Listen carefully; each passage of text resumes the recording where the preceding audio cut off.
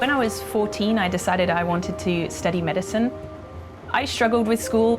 I really couldn't do maths until I was about 13, 14 years old, and I spent most of my teenage years working extremely hard.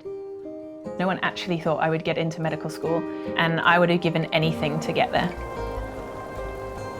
Once I got into medical school, it was a dream come true. I was stressed because I wanted to make sure I stayed there, but my dream was unfolding before me. Even though I had my dream, even though I had everything I had wanted, something was missing in my life, and I knew that something wasn't quite complete. In my final year of school, I didn't really have a very good opinion of my shape and size. I've always been very tall, and I felt very fat most of the time compared to my friends. I struggled with some level of depression. I developed an eating disorder, and my weight and my issues with my self-image had a real hold on me. I didn't really like myself. I didn't like most things about me. There were moments where I did question what I was really doing here.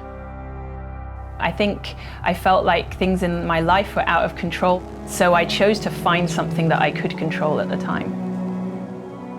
I would weigh myself, and if I had lost weight, it was a good day, and if I had gained weight, it was a bad day. And that would set the tone for how much I would let myself eat that day. What I didn't realize was that some of the Christian friends I'd met had started to pray for me.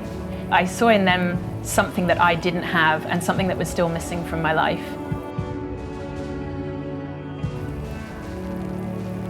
I started attending a church, and it was after 2 weeks of attending that, the pastor simply said, "Is there anyone here who wants to know Jesus more?"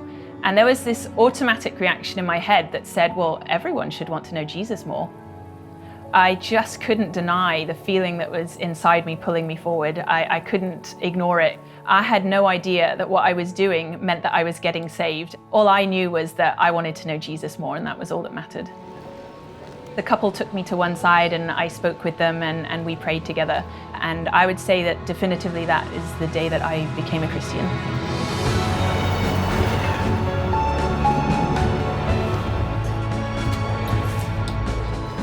Immediately after getting saved, I felt like I was walking on cloud nine. I felt like I was in the most amazing love relationship that I could ever possibly be in. And all of my insecurities, all of the questions I had seemed to just melt away. It was the most incredible feeling, and I knew that I had a Father in heaven who loved me.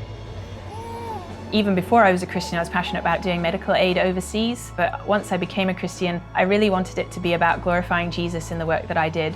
And I found myself volunteering as part of the disaster assistance response teams with Samaritan's Purse. Most recently, I've responded to the Ebola epidemic in Liberia. And that's what living this Christian life is all about. It's seeing Jesus and the demonstration of Jesus to the world.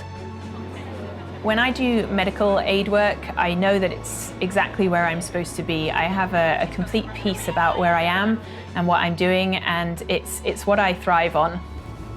I'm happy also when I come home and I return to my clinical work in the UK, but at the same time, I'm passionate about going back overseas on a regular basis. And even if I didn't do the things that I believe he's calling me to, if I didn't do medical aid work, if I didn't pursue medicine, I know that he would have loved me despite all of that. And he will continue to love me. He will love me no matter what. And that will never change.